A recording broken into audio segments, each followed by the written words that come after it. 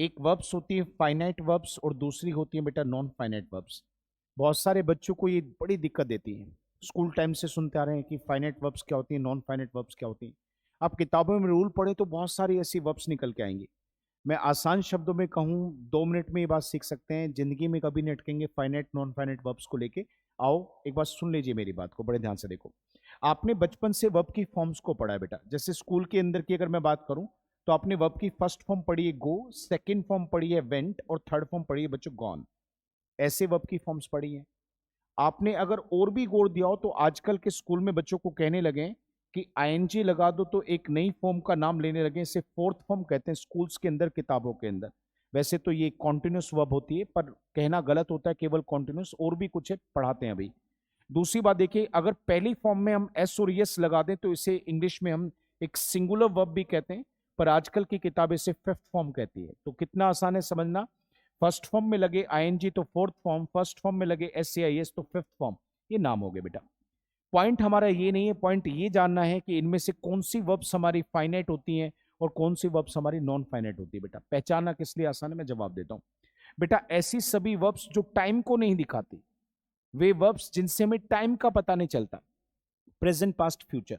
या फिर हम कह सकते हैं ऐसी वर्ब्स जो सब्जेक्ट के अकॉर्डिंग, सब्जेक्ट मतलब जिसके बारे में हम बात करें उसके अकॉर्डिंग चेंज नहीं होती, वो हमेशा ऐसी ही रहती हैं। तो ऐसी वर्ब्स जो टाइम को नहीं दिखाती, नॉट फॉर द टाइम और नॉट फॉर द सब्जेक्ट, इनके लिए जो नहीं लगती, ऐसी सभी वर्ब्स को आप इंग्लिश में नॉन फाइनाइट वर्ब कहते हैं। और जो टाइम और सब्जेक्ट को दिखा दे बेटा, वो सारी की सारी वर्ब्स आपकी फाइनाइट वर्ब्स होती हैं। तो कैसे पता चलेगा कि कौन सी वर्ब टाइम दिखाती है कौन सी नहीं? तो जवाब बड़ा आसान है बेटा, जरा चेक करके देखिए। जब जब आप किसी वर्ब की फर्स्ट फॉर्म को टू के साथ यूज करेंगे, या फिर किसी भी वर्ब की फर्स्ट फॉर्म में आईएनजी लगा के यूज करेंगे, या फिर किसी भी वर्ब की थर्ड फॉर्म को दिखाएंगे, तो ये सभी वर्ब्स टाइम को नहीं दिखाती हैं बेटा। इसी वजह से हम कह सकते हैं आईएनजी वाली वर्ब थर्ड फॉर्म और टू के साथ फर्स्ट फॉर्म को हम नॉन फाइनाइट वर्ब्स कहते हैं। पर जो वर्ब आपकी बच गई वो सब फाइनाइट वर्ब के अंदर आती है। कुछ बच्चों का फर्स्ट फॉर्म को लेके भी डाउट होगा, मैं अभी क्लियर करता हूं। 2 से 3 एग्जांपल देता हूं बेटा। देखिए, मैंने कहा कि मैं खेलता हूं तो मैंने बोला आई प्ले। मैं गेम भी बता सकता हूं कि जैसे मैंने क्रिकेट खेलता हूं तो आई प्ले क्रिकेट। इस सेंटेंस को देखिए, इसमें टाइम नजर आ रहा होगा आपको, प्रेजेंट की बात लग रही होगी, आई के बारे में बात है। इसी सेंटेंस को मैं चेंज करके यहां पे आई से बदल के इस लड़के की तरफ इशारा करके कहता हूं कि ये क्रिकेट खेलता है, तो ये लड़का आपके और मेरे लिए ही है।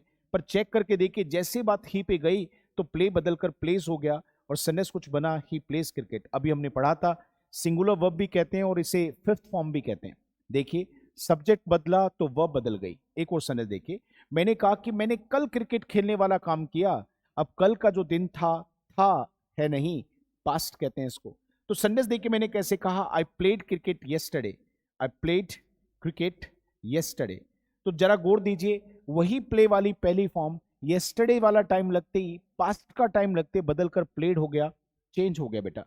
तो फील किया आप लोगों ने, जब मैंने सेकंड फॉर्म को यूज करा, फर्स्ट फॉर्म को यूज करा, एस और एस वाली वर्ब को यूज किया, तो ये सब सब्जेक्ट या फिर टाइम के अकॉर्डिंग है। इसलिए इन सभी वर्ब्स को हम कह सकते हैं ये फाइनाइट वर्ब के सेंटेंसेस हैं।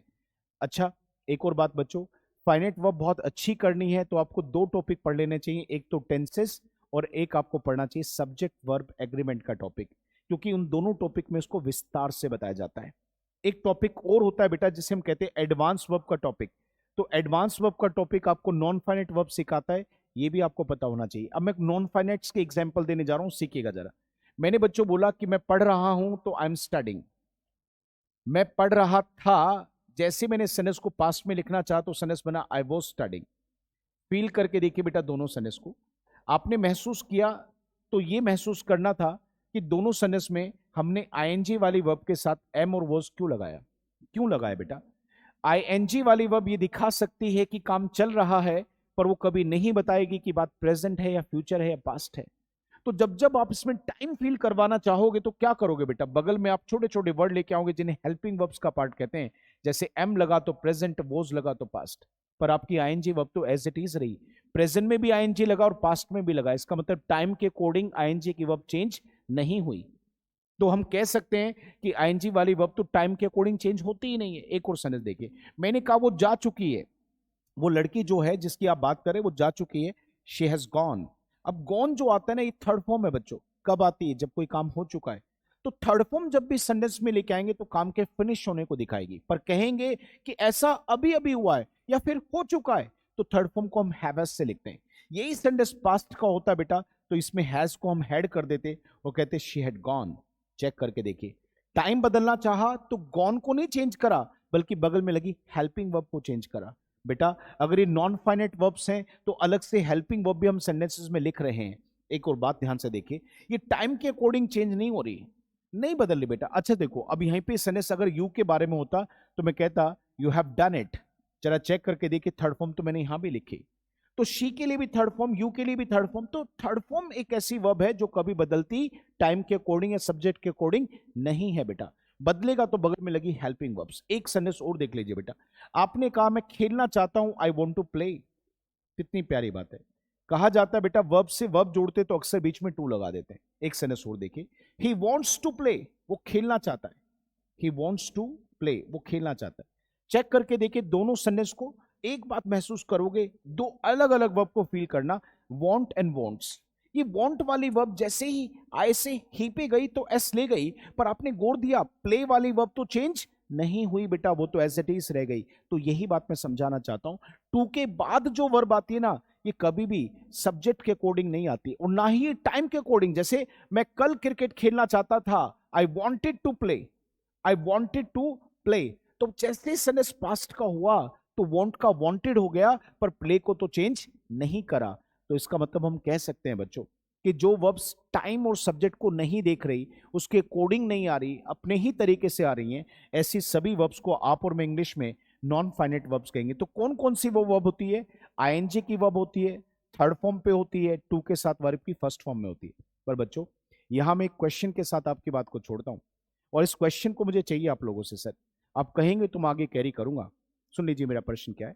ऐसा नहीं है कि आईएनजी वाली वर्ब केवल इसी सेंस में आती है, नॉन फाइनाइट वाली ये वर्ब इसी सेंस में आती हो, ये थर्ड फॉर्म इसी सेंस में आती हो, ऐसा तो नहीं है।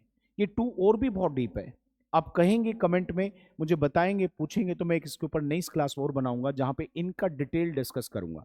तो उम्मीद रहेगा अगर आपको डिटेल में पढ़ना है तो कमेंट में जरूर लिखिएगा, लाइक एंड शेयर कीजिएगा, क्योंकि आप इसमें बहुत कुछ सीखते हैं तो हमें फील होता है आपके लाइक एंड शेयर से कि आपको बहुत अच्छा कंटेंट लगा है।